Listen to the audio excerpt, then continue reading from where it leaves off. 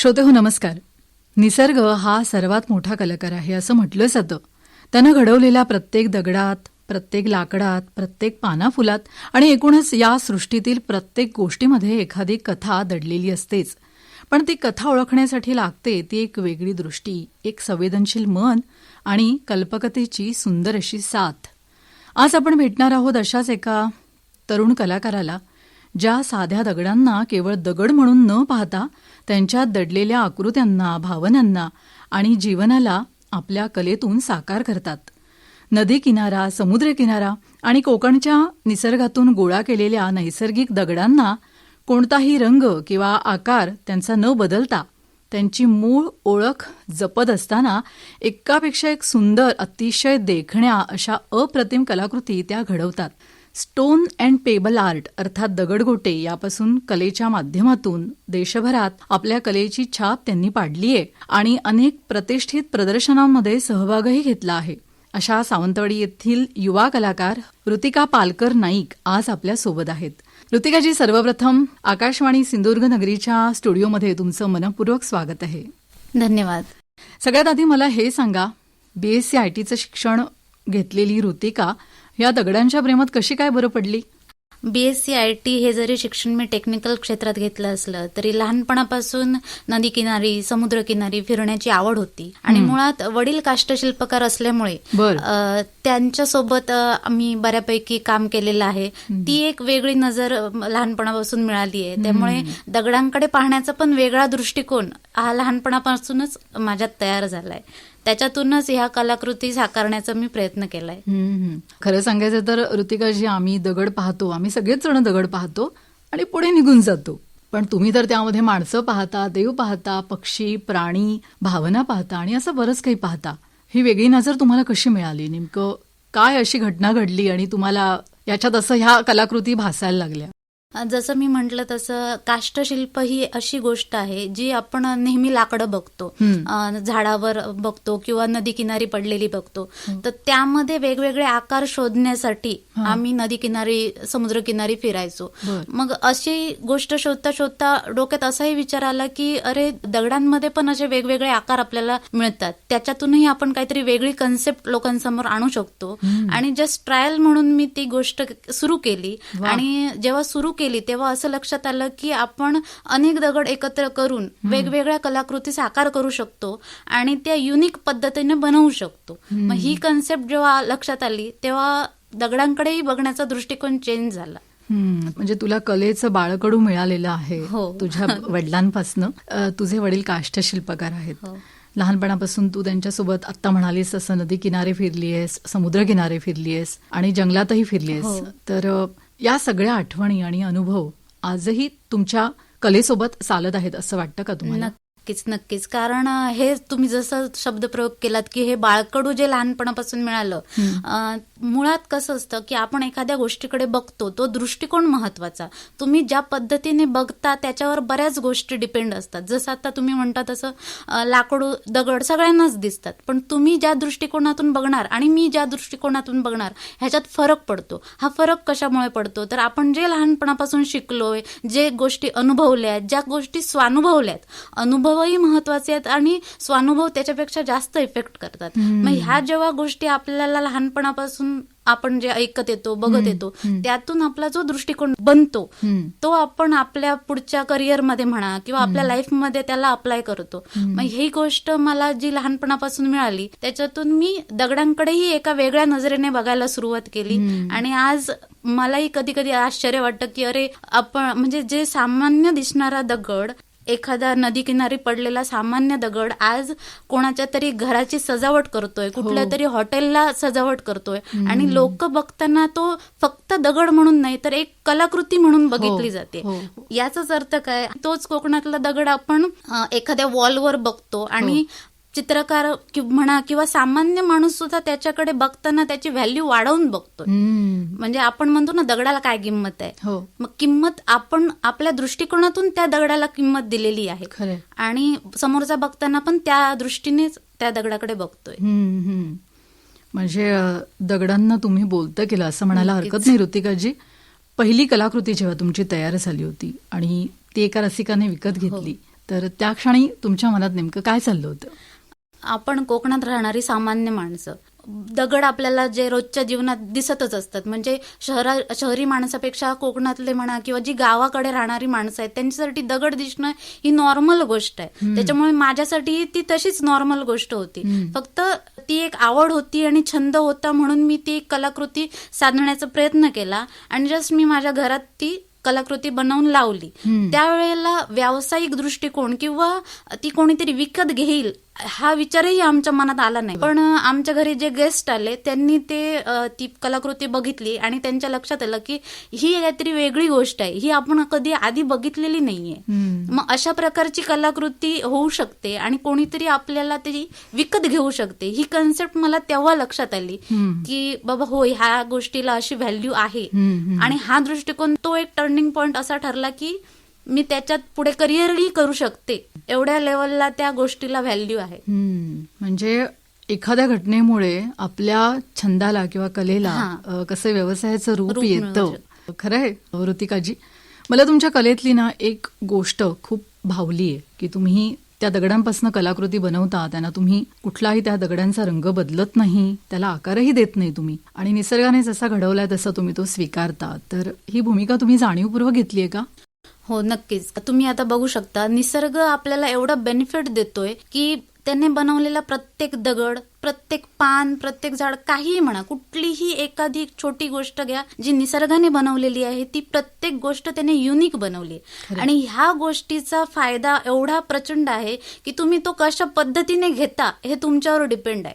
आता दगडच म्हणायचं तर तुम्ही नदी किनारे हजारो लाखो दगड तुम्हाला मिळतात, पण एक सारखा दुसरा दगड तुम्हाला शोधून सापडणार नाही, हे तेवढंच खरं आहे. मग तुम्हाला जर निसर्ग एवढा बेनिफिट देतोय, एवढी संधी देतोय, तर तुम्ही त्याचा नक्कीच फायदा करून घेतला पाहिजे. आजकालच्या जमान्यात आपण एवढ्या फॉरवर्ड झालोय की आपण मशिनरीज यूज करून, टेक्निक यूज करून एकसारखी दुसरी गोष्ट बनवू शकतो. पण ती लॉट मध्ये मिळणारी गोष्ट आणि युनिक गोष्ट ह्याच्यात फरक जो आहे, तो आनंद जो आहे, तो ते समाधान आहे, ते निसर्ग आपल्याला नॅचरली देतोय आणि ते तुम्हाला घ्यायचं आहे, फक्त प्रेझेंट करायचंय. ही एवढी मोठी संधी मला दिसते, तर मी विचार केला की आपल्याला सोडून चालणार नाही आणि ती लोकांपर्यंत हा पण दृष्टिकोन गेला पाहिजे की युनिक गोष्टी आपल्याला निसर्ग देतोय, तो देतोय म्हटल्यावर आपल्याला त्या जपायला पाहिजेत. तिथे चेंज करण्यापेक्षा त्या आहेत ते गोष्टी जपून त्याच्यातून आपण गोष्टी घडवू शकतो. जशी आता मी कलाकृती घडवते, तशा बऱ्याच गोष्टी अशा आहेत की आपण निसर्ग जे देतोय त्याच्यातून आपण आहे त्याला जास्त न दुखावता आहे तशाच यूज करून पुढे जाऊ शकतो. आणि ऋतिकाची विशिष्ट प्रकारचे दगड शोधायलाही ना एक वेगळी नजर लागते. तर एखादा दगड हातात घेतल्यावर त्यातून काय साकार होईल हे तुम्हाला लगेच सुचतं की त्यालाही तुम्हाला वेळ लागतो? ह्याच्यात आता दोन गोष्टी होतात. एक तर असं होतं की समोर एखादा दगड येतो आणि त्याच्यावरून आपल्याला कन्सेप्ट सुचते, त्याच्या शेपवरून म्हणा किंवा त्याच्या रंगावरून आपल्याला एखादी कलाकृती घडवू शकतो असं सुचतं. किंवा मग आपल्या डोक्यात असं पण असतं की मला बाबा ही कलाकृती घडवायची आहे, तर त्याच्यासाठी कुठल्या कुठल्या रंगाचे, कुठल्या कुठल्या शेपचे आपल्याला दगड शोधावे लागतील, तर तशा पद्धतीने मी शोधते. तसं दोन्ही गोष्टी मी कलाकृती घडवताना करते. आणि तू त्यात सक्सेस होते? हो, नक्कीच, बऱ्यापैकी. तुमच्या अनेक कलाकृतींमध्ये विठ्ठल रखुमाई आहेत, गणपती बाप्पा आहेत, आपले छत्रपती शिवराय आहेत आणि कोकणातील ग्रामीण जीवनाचे अनेक रूपं आहेत. तर या विषयांशी तुमचं काही खास भावनिक नातं? हो, नक्कीच. कारण पेबल आर्ट बरेच लोक करतात. आता तुम्ही इंटरनेटवर सर्च कराल तर पेबल आर्ट म्हणून सर्च केल्यावर तुम्हाला जास्त ते फॉरेनर्स कंट्री मधले तुम्हाला आर्ट वर्क्स मिळतील. मग त्याच्यामध्ये असे कॉमन फॅक्टर असतात की कपल बनवलेलं असेल, लव्ह रिलेटेड असेल किंवा अशा ज्या बेसिक थिंग्स आहेत.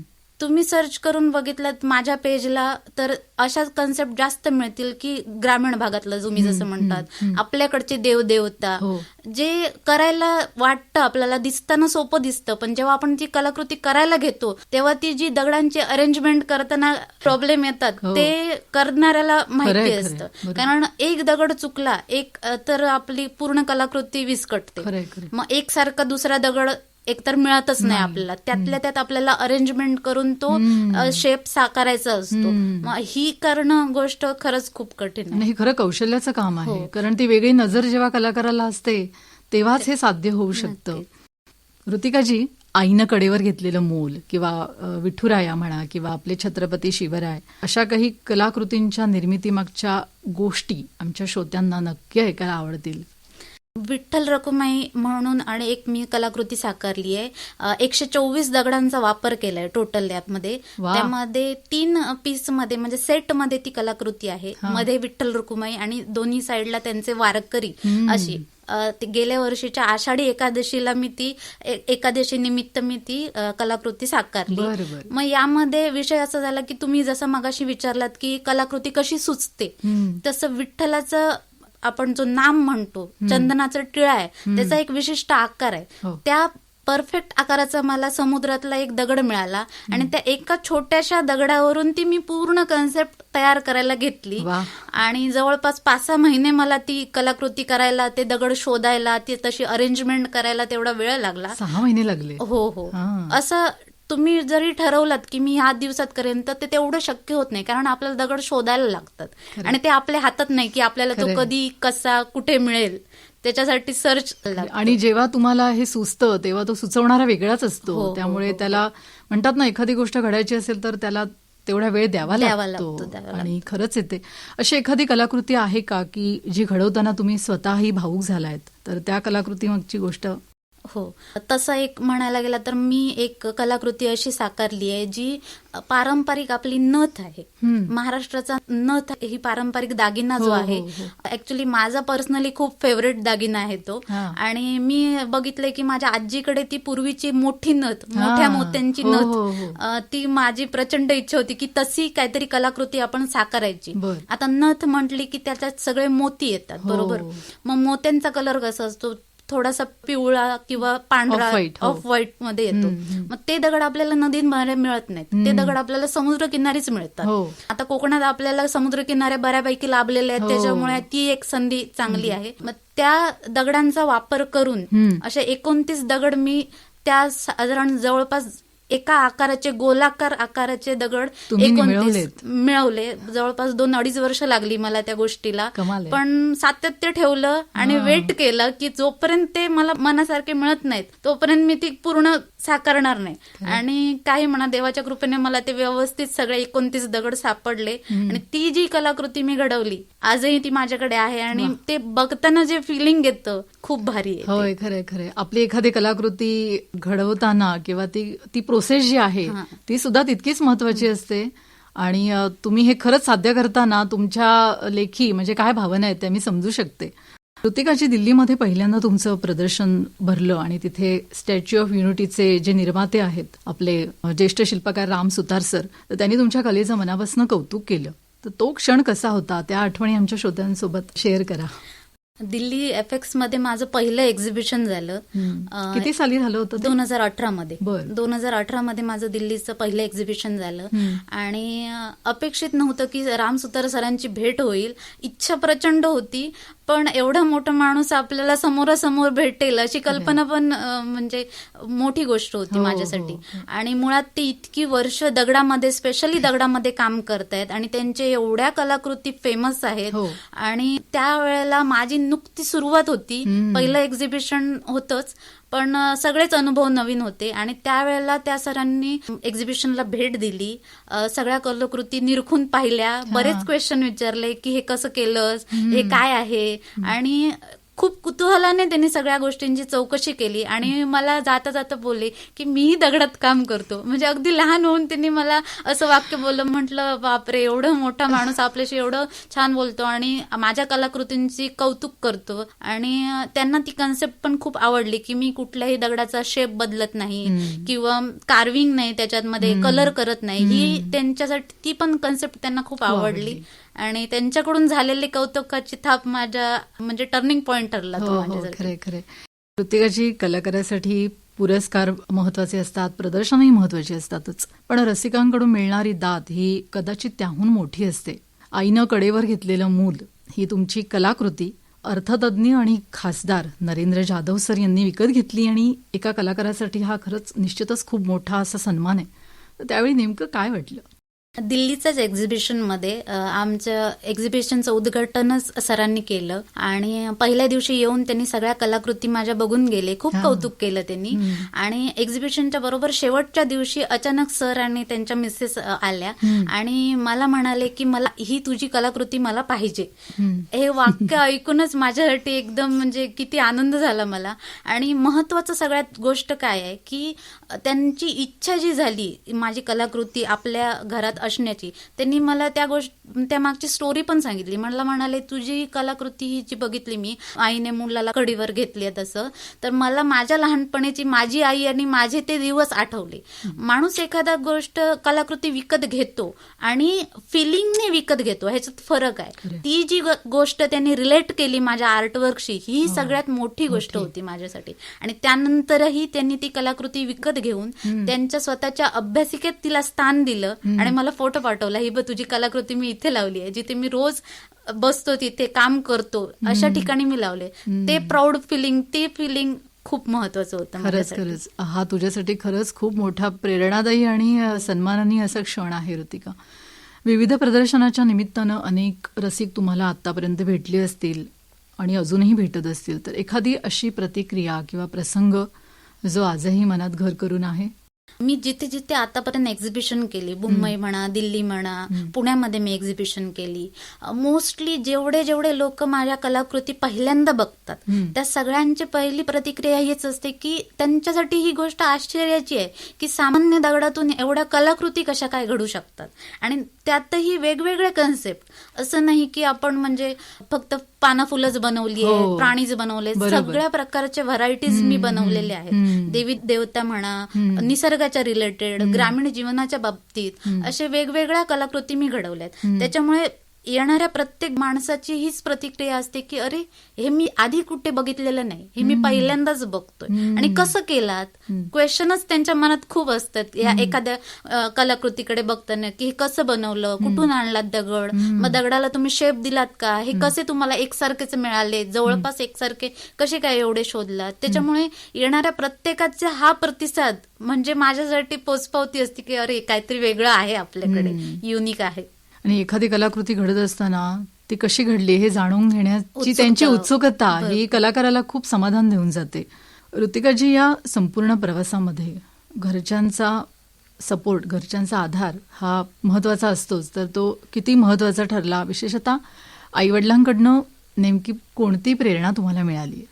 जसं मी तुम्हाला पहिल्यांदाच सांगितलं की पहिला आधी दृष्टिकोनच आम्हाला लहानपणापासून मिळाला असा की एखाद्या गोष्टीकडे कसं बघावं किंवा त्यामध्ये काहीतरी वेगळी गोष्ट पण आपण तयार करू शकतो. क्रिएटिव्हिटी जी म्हणतो आपण, ती लहानपणापासूनच वडील काष्टशिल्पकार असल्यामुळे मिळाली. आणि आईचं सपोर्ट महत्वाचा कशामध्ये ठरला तर एखादी गोष्ट आपण करतो पण त्याच्यात सातत्य ठेवलं पाहिजे, त्याच्यात वेगवेगळे प्रयोग केले पाहिजे, ही आईची कन्सेप्ट मी कायम लक्षात ठेवली. आणि त्याचं बेनिफिट असं झालं की दगडांची रचना करताना आपण एका जागेला बसतो आणि त्यामध्ये वेगवेगळ्या रचना तयार करतो, ह्याच्यासाठी खूप वेळ घ्यावा लागतो. प्रत्येक गोष्ट आपण क्विक होऊ शकत नाही ह्या गोष्टीसाठी. मग ते सातत्य ठेवण्यासाठी जी एनर्जी पाहिजे ती मला घरातून मिळाली. ते खूप महत्वाचं. आणि पेशन्स, कारण जरी कलाकाराला पेशन्स असला, आपल्या आसपासचे जे लोक असतात तर त्याचा तो सपोर्ट मिळणं किंवा ते फार महत्वाचं असतं. ऋतिकाजी, आजच्या मोबाईलच्या आणि कृत्रिम बुद्धिमत्तेच्या युगातही तुम्ही निसर्गाशी मैत्री जपलेली आहे. ऋतिकाजी, आजच्या तरुणांनीही निसर्गाकडे नव्या नजरेनं पाहावं असं तुम्हाला वाटतं का? त्यांना काय सांगाल? हो, नक्कीच. कारण आता आपण बघतो की शहरी भागापेक्षा ग्रामीण भागातील लोकांना बेनिफिट्स हे आहेत की निसर्गाच्या जास्त जवळ राहता येतंय. आणि आजच्या घडीला बघायला गेलं तर ती सगळ्यात मोठी प्रॉपर्टी आहे आपली. हे बेनिफिट्स सगळ्यांनाच मिळत आहेत असे नाही. परिस्थितीनुसार गोष्टी बदलायला पाहिजेत हे जरी असलं तरी आपल्याला जे सध्या बेनिफिट्स मिळत आहेत की आपल्याला निसर्गाच्या जवळ राहायला मिळतं एवढं, त्याचे आपण जेवढे उपयोग करून घेऊ, त्याचा जेवढा निसर्गाला आपण चांगलं ठेवू शकू ह्याचा प्रयत्न केला गेला पाहिजे. आणि दुसरी गोष्ट, स्पेशली कोकणात म्हणाल तर कोकणातल्या लोकांना संधी आहेत की इथल्याच ओरिजिनल गोष्टींचा यूज करून तुम्ही तुमचा व्यवसायही करू शकता आणि ह्या कोकणाला वेगळ्या प्लॅटफॉर्मवर नेऊन ठेवू शकता. आता जसं मी म्हणते की दगडांमधून मी कलाकृती साध्य केल्या, याचं व्यावसायिक रूपही आहे. असं नाही की फक्त मी आर्टिस्ट म्हणूनच काम करते आणि फक्त कलाकृती साकार करते. आज माझ्या कलाकृतीचा वापर करून पूर्ण घराचं इंटिरियर केलं जातं, एखाद्या हॉटेलचं इंटिरियर केलं जातं. म्हटल्यावर तुम्ही विचार करा की एक सामान्य दगड तुम्हाला कुठल्या कुठे पोहोचवू शकतो. गोष्ट फक्त एवढीच आहे की तुम्हाला ते प्रेझेंट करता आलं पाहिजे, त्या प्लॅटफॉर्म पर्यंत नेता आलं पाहिजे आणि ह्या प्रोसेसमध्ये पेशन्स ठेवता आले पाहिजेत. निसर्ग देतोय ते तुम्हाला घेण्याची गरज आहे. कशा पद्धतीने तुम्ही ती गोष्ट घेताय, कशा दृष्टिकोनातून त्याच्याकडे बघताय आणि लोकांना बघायला लावताय, ही महत्वाची गोष्ट आहे. आणि विशेषतः गावाकडच्या लोकांना तुम्ही जसं म्हटलात, तरुणांना प्रचंड संधी आहे. जर मी दगडातून एवढ्या गोष्टी करू शकते तर निसर्ग, कोकणातला निसर्ग किती काय काय देतोय आपल्याला. तुम्ही त्याचं किती वेगवेगळ्या पद्धतीने यूज करू शकता आणि आपलं व्यावसायिक दृष्टीनेही याचा वापर करू शकता. म्हणजे आजची तरुण पिढी जी इथे काही उद्योगधंदे नाहीत म्हणून जी शहराकडे वळते, तर त्यांनी निश्चितच तुमच्या या संदेशाचा विचार करावा असं म्हणायला हरकत नाही. ऋतिकाजी, येणाऱ्या काळामध्ये भविष्यात तुमची कोणती स्वप्न आहेत? स्टोन अँड पेबल आर्टच्या माध्यमातून कोकणचा निसर्ग आणि संस्कृती आणखी कुठवर तुम्हाला पोहोचवायची आहे?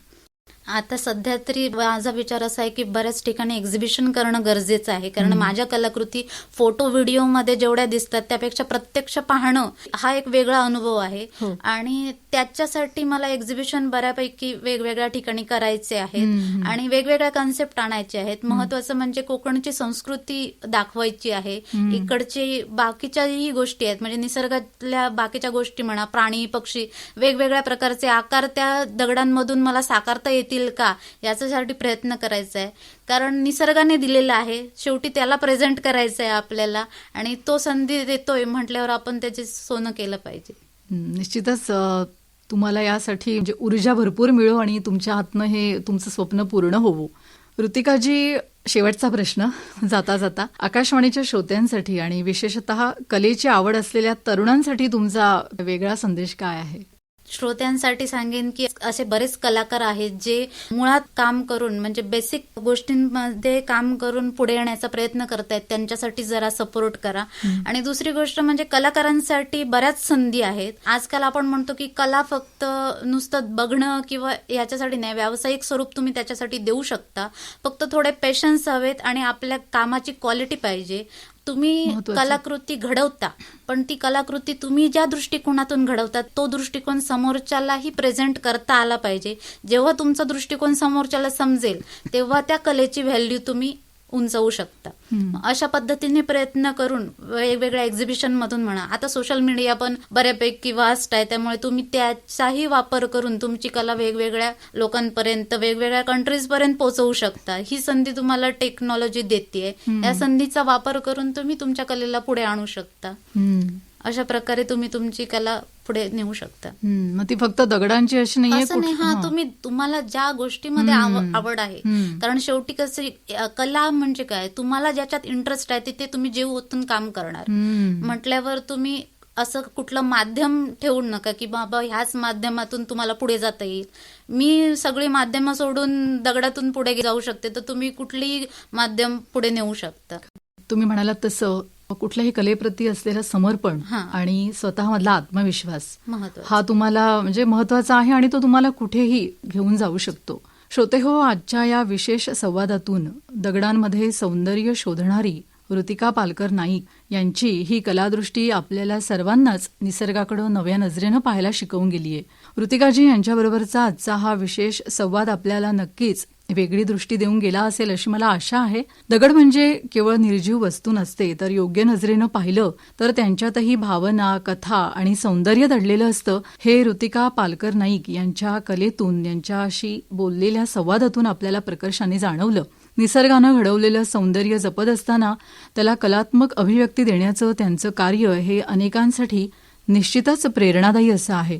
ऋतिकाजी, तुमच्या कलाप्रवासाविषयी इतक्या मनमोकळेपणानं आमच्या श्रोत्यांशी तुम्ही संवाद साधलात त्यासाठी तुमचे मनःपूर्वक धन्यवाद. तुमच्या आगामी वाटचालीसाठी आकाशवाणी सिंधुदुर्ग नगरी केंद्रातर्फे आणि आमच्या श्रोत्यांतर्फे अनेक हार्दिक शुभेच्छा. धन्यवाद. तुम्ही मला इथे बोलवलं, आकाशवाणीनेही मला संधी दिली, त्यासाठी खूप खूप धन्यवाद.